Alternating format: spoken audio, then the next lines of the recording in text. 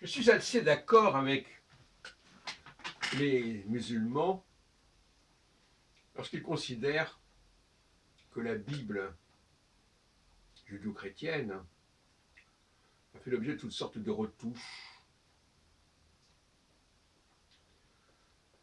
de changements, de corrections, d'additions, de soustractions. D'ailleurs, c'est assez paradoxal, puisque l'islam, lui, considère que le Coran est impeccable face justement à la Bible, qui ne le serait pas du tout. Cela dit, le Coran lui-même est tombé dans un certain nombre de pièges, parce que malgré tout, malgré ses doutes et ses soupçons, il a entériné un certain nombre de choses un peu rapidement. Et là, il est un peu coincé. Quand il parle du personnage de Moïse, par exemple, à partir du moment où il en parle, et que c'est dans le Coran, normalement, on n'a même pas le droit de s'interroger.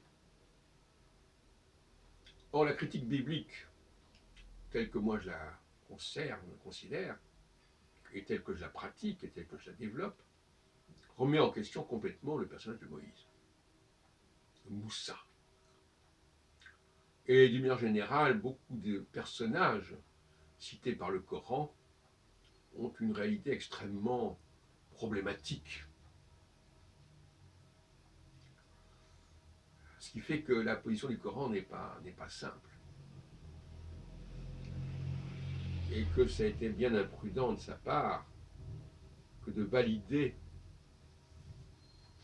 l'existence même de certains personnages.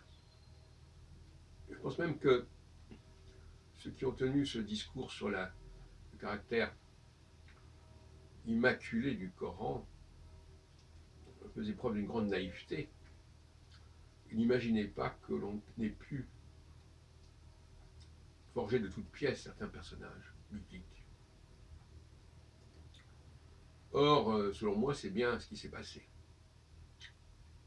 Mais je garde l'idée, propre à la position musulmane, que la Bible, donc, justement, c'est ça qui est paradoxal.